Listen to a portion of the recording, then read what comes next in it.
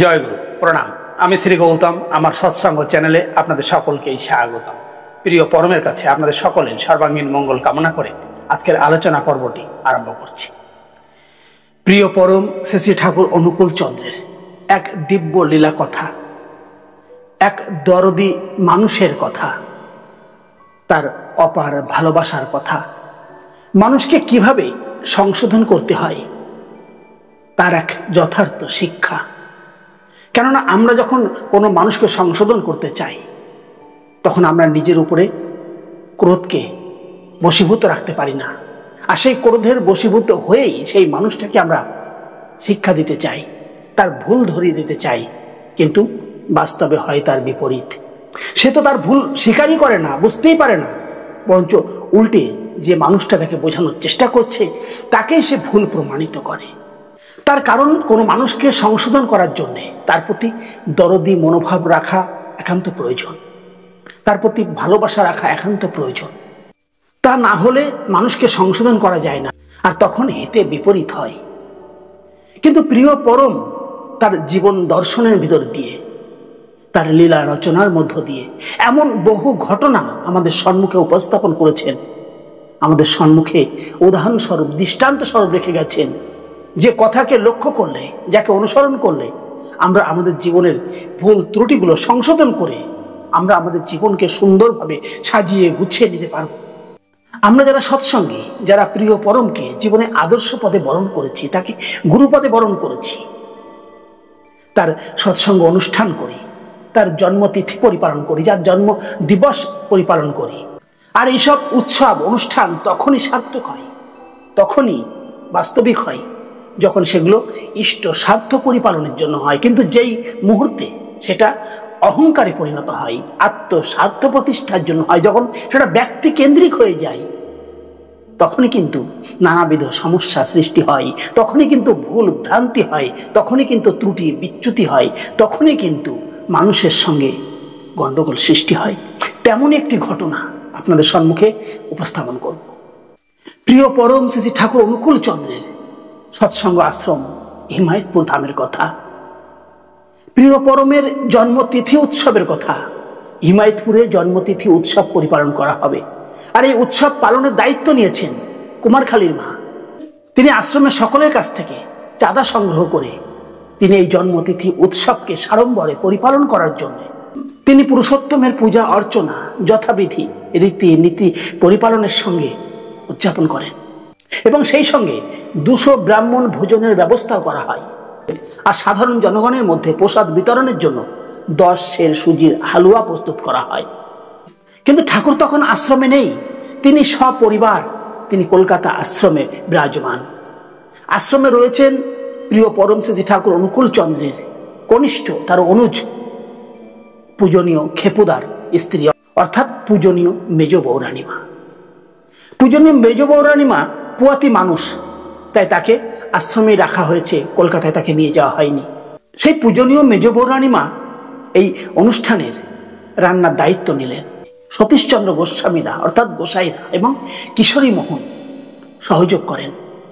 তারপরে যথারীতি নীতিবিধি পরিপালনের মধ্য দিয়ে পূজা অনুষ্ঠান সম্পন্ন হয়।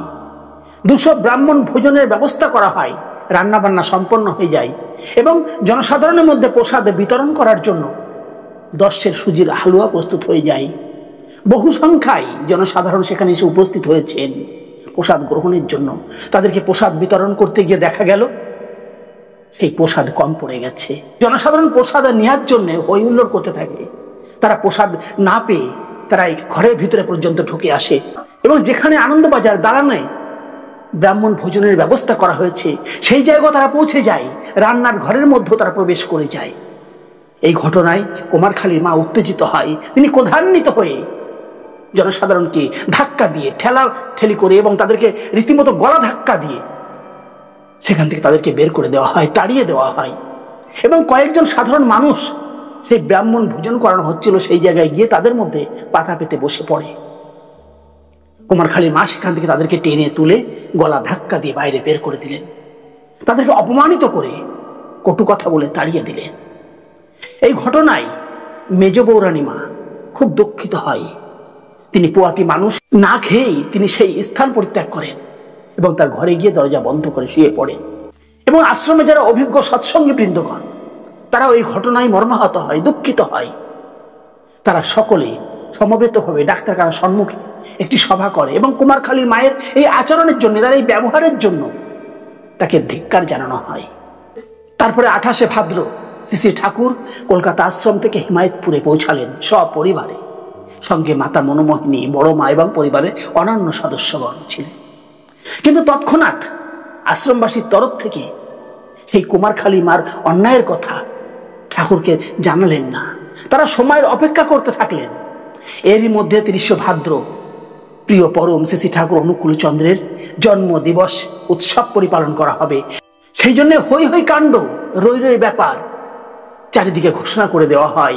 পাবনা শহরে ঢোল দেওয়া হয়, কাঙালি ভোজনের জন্য সবাইকে আমন্ত্রণ জানানো হয় এবং ওই দিন আশ্রমে উপস্থিত থাকার জন্য স্থানীয় সমস্ত গণ্যমান্য ব্যক্তিবর্গকেও নিমন্ত্রণ পাঠানো হয়। 30শে ভাদ্র মহা সাড়ম্বরে রীতি বিধি পরিপালনের মধ্য দিয়ে পুরুষোত্তমের জন্ম দিবসে তার পূজা অর্চনা সম্পন্ন হয় এবং সেই দিন দুটি চেয়ারে মাতা মনোমোহিনী দেবী এবং শ্রী শ্রী ঠাকুর অনুকূল চন্দ্র পাশাপাশি বসে সেই উৎসবের সবকিছু লক্ষ্য করতে থাকেন, নজর রাখেন এবং প্রয়োজনে সকলকেই নির্দেশ দিতে থাকেন কোথায়, কখন, কিভাবে কোন কাজ সম্পন্ন করতে হবে তার তদারকি করতে থাকে। তারপরে যথাসময়ে কাঙালি ভোজন শুরু হয়। মায়ের কটেজের সম্মুখ থেকে আনন্দ বাজার পর্যন্ত শত শত কাঙালি ভোজনের জন্য সারিবদ্ধভাবে উপস্থিত হয়। তাদেরকে প্রসাদ বিতরণ করার জন্যে মহারাজ, কিশোরী মোহন, খেপুদা, বিরাজদা এবং বীরু রায় সাহায্য করেন, সহযোগ করেন। কোমর বেঁধে তারা সেই কর্মকাণ্ডকে সাফল্য মণ্ডিত করার জন্য লেগে পড়েন। কিছুক্ষণ পর শ্রী শ্রী ঠাকুর মহারাজকে ডেকে জিজ্ঞাসা করলেন, পায়েস আর রসগোল্লা কত আছে? মহারাজ আনন্দের সঙ্গে উত্তর দিলেন, অনেক অনেক আছে, কোনো অভাব হবে না। কিন্তু ঠাকুর চাক্ষুষ দেখতে চাইলেন।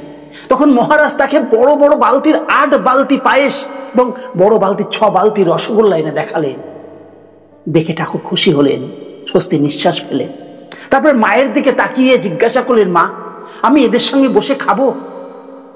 মা হাসি হাসি মুখ নিয়ে অনুমতি প্রদান করে বললেন, তোমার যদি খেতে ইচ্ছা হয় তাহলে খাও। তারপর ঠাকুর মায়ের আদেশ পেয়ে মায়ের কটেজের সম্মুখে বাবলা গাছের তলায় গিয়ে বসে পড়লেন। ঠাকুরকে বসতে দেওয়ার জন্য একজন ছুটে গিয়ে পিঁড়ি নিয়ে আসলেন, কিন্তু ঠাকুর পিঁড়িতে বসলেন না, তিনি মাটিতেই বসলেন আর একটি পাতা নিলেন। তারপরে যারা পরিবেশন করছিলেন তাদের বালতি থেকে নিজে হাতে তিনি পায়েস আর রসগোল্লা নিয়ে মহা আনন্দে ভোজন করতে লাগলেন। সেই অপরূপ দৃশ্য দেখে উপস্থিত সকলে বিমোহিত হয়ে যায়, সকলে আনন্দে উল্লাসিত হয়ে ওঠে। ঠাকুর জ্যোতির্ময় রূপ নিয়ে বাবলা গাছের তলায় বসে ভোজন করছেন। এই দৃশ্য দেখে মহারাজ পরিবেশন করতে করতে বালতি ফেলে রেখে ছুটে আসে, 2 হাত তুলে উচ্চ স্বরে গান ধরে দেয়, কি অপরূপ, কি অপূর্ব রূপ হেরি রম্ভা তোর মূলে। ইতিমধ্যে আশ্রমের পাশ দিয়ে পদ্মার ঘাট দিয়ে স্টিমার যায় আর সেই স্টিমারের সার্চ লাইটের আলো শ্রী শ্রী ঠাকুরের গায়ের উপর এসে পড়ে। ঠাকুরের অঙ্গ জ্যোতির সঙ্গে স্টিমারের সার্চ লাইটের আলো সম্মিলিত হয়ে এক দিব্য পরিবেশ সৃষ্টি করে। সেই অপরূপ দৃশ্য দেখে মহারাজ আনন্দে উচ্চ স্বরে গান ধরে দিলেন, আজ মাটিতে চাঁদের উদয়, কে দেখবি আয়, কেউ দেখিস নাই এমন রূপ, কাল না নদিয়ায়। তারপরে কাঙালিরা ভোজন সম্পন্ন করার পর তারা খাদ্য দ্রব্য পুটলি বেঁধে নিতে থাকে। সেই দৃশ্য দেখে মাতা মনোমোহিনী বলতে থাকে, ওরে তোরা যত খুশি খা, কিন্তু পুটলি বেঁধে নিচ্ছিস কেন? ঠাকুর মাকে থামিয়ে বললেন, মা, খাওয়া আর পুটলি বেঁধে নেওয়াই তো ওদের ধর্ম, তুই ওদেরকে নিতে দে, ওরা যত খুশি নিয়ে যাক, তোর অভাব হবে না, তুই না হয় একবার গিয়ে দেখে আয়। তারপরে ঠাকুরের কথা শুনে মাতা মনোমোহিনী দেবী দেখে এলেন যে অনেক অনেক খাদ্যদ্রব্য এখনো অবশিষ্ট রয়েছে, কোনো দিক দিয়ে অভাব হবে না। মা এসে বলেন, হ্যাঁ তুই ঠিক বলেছিস, অনেক অনেক খাদ্যদ্রব্য আছে। তারপরে বিকেলের দিকে আনন্দবাজারে খাওয়া দাওয়ার পাঠাপাঠ শেষ হয়ে যায়। শুধু আশ্রমের বিশিষ্ট কয়েকজন মায়েরা বাকি ছিল। তারা একত্রিত হয়ে সংকল্প করেছে যে তিথি উৎসবের দিন যে অন্যায় অনিয়ম করা হয়েছে তার প্রতিবাদ করে তারা আজকে ভোজন করবে না। তখন মা উঠে তার কটেজের ভিতরে প্রবেশ করে কাপড় পরিবর্তনের জন্য। শ্রী শ্রী ঠাকুরও সেখানে উপস্থিত ছিলেন, মহারাজও সেখানে উপস্থিত ছিলেন। মা এসে আশ্রমের মহিলাদেরকে বললেন, তোমরা বাকি রয়েছো কেন, তোমরাও খেয়ে নাও বসে। তখন শান্তির মা এগিয়ে এসে বললেন, মা আজকে আমরা কেউ খাবো না ঠিক করেছি। মা অবাক হয়ে জিজ্ঞাসা করে, কেন, কি হলো, খাবে না কেন? তখন শান্তির মা এগিয়ে এসে বললেন, মা আপনি জানেন না, আপনারা কলকাতায় ছিলেন, শ্রী শ্রী ঠাকুরের তিথি উৎসবের দিন কুমারখালীর মা আশ্রমে অনেক জনসাধারণ এসেছিল প্রসাদ গ্রহণের জন্যে। তাদেরকে প্রসাদ না দিয়ে গলা ধাক্কা দিয়ে তাড়িয়ে দেওয়া হয়েছে, অপমান করা হয়েছে, কটু ভাষায় গালাগাল করা হয়েছে। তাই আমরা ঠিক করেছি আমরা কেউ আজকে খাবো না। একথা মা শুনে কাছে দাঁড়িয়ে থাকা মহারাজকে বললেন, কিরে অনন্ত, তুই এসব ঘটনা কিছু জানিস? মহারাজ বললেন, কিছুটা শুনেছি, তবে সবটা আমি জানি না। কলকাতায় এই ঘটনার আলোচনা হচ্ছিল। তারপরে মাতা মনোমোহিনী দেবী কুমারখালীর মাকে ডাকিয়ে আনে। কুমারখালীর মাকে জিজ্ঞাসা করলেন, তিথি উৎসবের দিন কি কি হয়েছিল সব খুলে বলো আমাকে।